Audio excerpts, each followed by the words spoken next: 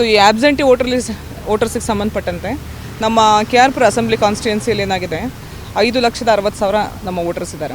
ಇದರಲ್ಲಿ absentee voters ಏನೇ ಅಬ್ಸೆಂಟೀಸ್ ಅಂತ ಅಂದರೆ ಇಟ್ ಈಸ್ ಅನ್ಟ್ರೇಸಬಲ್ ವೋಟರ್ಸು. ಅದನ್ನು ರ್ಯಾಂಡಮ್ಲಿ ವೆರಿಫೈ ಮಾಡೋದಕ್ಕೋಸ್ಕರ ಬಂದಿದ್ದೀವಿ. ನನ್ನ ಜೊತೆ ಎಲ್ಲ BLOs ಇದ್ದಾರೆ, ನಮ್ಮ ERO ಇದ್ದಾರೆ, ಹಾಗೆ ನಮ್ಮ ಸೂಪರ್ವೈಸರ್ BLO ಸೂಪರ್ವೈಸರ್ ಕೂಡ ಇದ್ದಾರೆ. So what is the reason, exactly ಏನು ರೀಸನ್ ಇತ್ತು ಇಲ್ಲಿ ಇಷ್ಟು ಮಟ್ಟದಲ್ಲಿ ಆಬ್ಸೆಂಟಿ ವೋಟರ್ಸ್ ಇರೋದಕ್ಕೆ ವೆರಿಫೈ ಮಾಡೋದಕ್ಕೋಸ್ಕರ ಬಂದಿದ್ದೀವಿ. HAL ಭಾಗದಲ್ಲಿ ಮಾಡ್ಕೊಂಡು ಬಂದ್ವಿ, ಕೆ ಆರ್ ಪುರದಲ್ಲಿ ಮಾಡ್ತಾಯಿದ್ವಿ. BLOಸು ಅಲ್ಲಿ ಏನಾಗಿದೆ ಅಂತ ಅಂದ್ಬಿಟ್ಟು ಅವ್ರು ಎಕ್ಸ್ಪ್ಲೇನ್ ಮಾಡ್ತಾ ಇದ್ದಾರೆ. So we are verifying it. Absentees untraceable ಎರಡೂ. ಈಗ ಫಾರ್ ಎಕ್ಸಾಂಪಲ್ ಅವ್ರದ್ದು ಹೆಸರು ಮಾತ್ರ ಇರುತ್ತೆ, ಬೆಂಗಳೂರು ಉತ್ತರ ತಾಲೂಕು ಅಂತ ಇರುತ್ತೆ, ಅವ್ರು ಎಲ್ಲಿದ್ದಾರೆ ಅಂತ ಅಂದ್ಬಿಟ್ಟು ಗೊತ್ತಾಗೋದಿಲ್ಲ. ಅದು ನಮ್ಮಲ್ಲಿ ಈಗ ಆಲ್ರೆಡಿ 93,000 ಮಾರ್ಕ್ ಆಗಿದೆ. ಟೋಟಲಿ ಹತ್ರ 98,000ವರೆಗೂ ಇದೆ.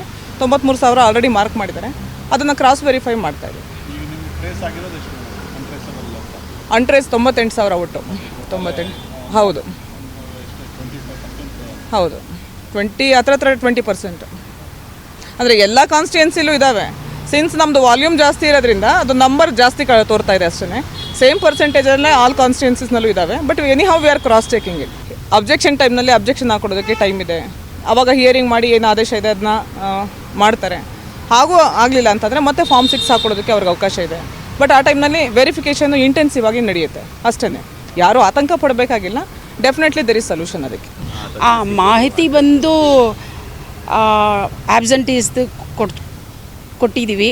ಆಬ್ಸೆಂಟೀಸ್ದು ಡೆತ್ದು ಶಿಫ್ಟೆಡ್ ಎಲ್ಲ ಕೊಟ್ಟಿದ್ದೀವಿ ಸರ್. ಮಾಹಿತಿ ಪೂರ ನಾವು ಮಾಡಿದ್ದೀವಿ, ಎಲ್ಲ ಕಂಪ್ಲೀಟ್ ಆಗಿದೆ ಅಂತ. ಏನಂದರೆ ಮನೆಗೂ ಹೋಗುವುದು ತುಂಬ ಕಷ್ಟ ಇತ್ತು ನಮಗೆ. ಅಲ್ಲಿ ಲಾಕ್ ಆಗಿರುತ್ತೆ. 1 ಸತಿ ಇಲ್ಲ, 2 ಸತಿ ಇಲ್ಲ, 3 ಸತಿ ಇಲ್ಲ, 4ನೇ ಸತಿ ಹೋದ್ರೂ ಲಾಕ್ ಆಗಿರುತ್ತೆ. ಸಾಯಂಕಾಲ 6 ಗಂಟೆ 7 ಗಂಟೆಗೆ ಕೂಡ ನಾವು ಹೋಗಿ ನೋಡಿದ್ದೀವಿ. ನಾಯಿಗಳು ಬೇರೆ ಇದೆ. ಇದು ಸ್ವಲ್ಪ ಕಷ್ಟ ಇರುತ್ತೆ, ಬೇರೆ ಏನಿಲ್ಲ ಸರ್. ಅದೇ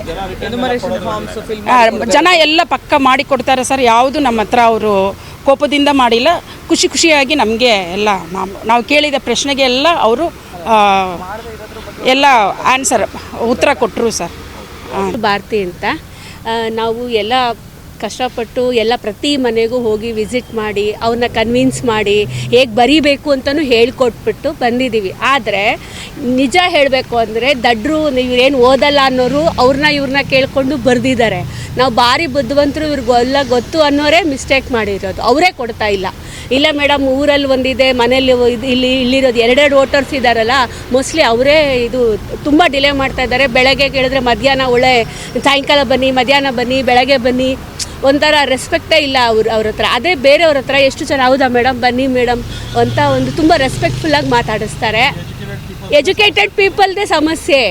ಪಾಪ ಏನು ಗೊತ್ತಿಲ್ಲದೆ ಇರೋರು ನೀಟಾಗಿ ನೋಡಿಕೊಂಡು ಏನು ಬರೀಬೇಕು ಒಂದು ರೀತಿ ಒಳ್ಳೆ ರೀತಿಯಲ್ಲೇ ಸ್ಪಂದನೆ ಮಾಡ್ತಾ ಇದ್ದಾರೆ. ಪಾಪ ನಾವು ಅವಾಗ ಹೇಳ್ಕೊಡ್ಬೇಕು ಅನಿಸುತ್ತೆ. ಯಾವಾಗ ನಮಗೆ ಇವಾಗ ಏನಿಲ್ಲ, ಎಲ್ಲರಿಗೂ ಇದ್ರ ಬಗ್ಗೆ ಅರಿವಿರಬೇಕು.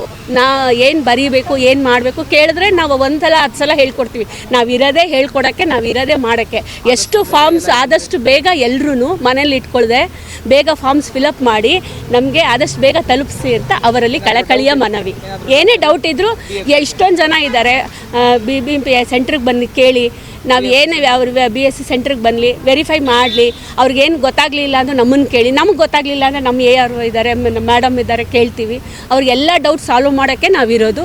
ಅವರ ಸಮಸ್ಯೆನ ಬಗೆಹರಿಸೋಕ್ಕೆ ನಮಗಿರೋದು. ನಮಗೆ ಏನು ಸಮಸ್ಯೆ ಬರೋಂದರೆ ನಮ್ಮ ಸಮಸ್ಯೆ ಏನು ಅಂದರೆ ಅವ್ರ ಹತ್ರ ಇಸ್ಕೊಳ್ಳೋದೇ ಒಂದು ಸಮಸ್ಯೆ. ಸೊ ಅದನ್ನು ಅವರು ಮಾಡಿಕೊಡ್ಲಿ ಅಂತ ನಾನು ಕಳಕಳಿಯಿಂದ ಪ್ರಾರ್ಥಿಸ್ತೀನಿ.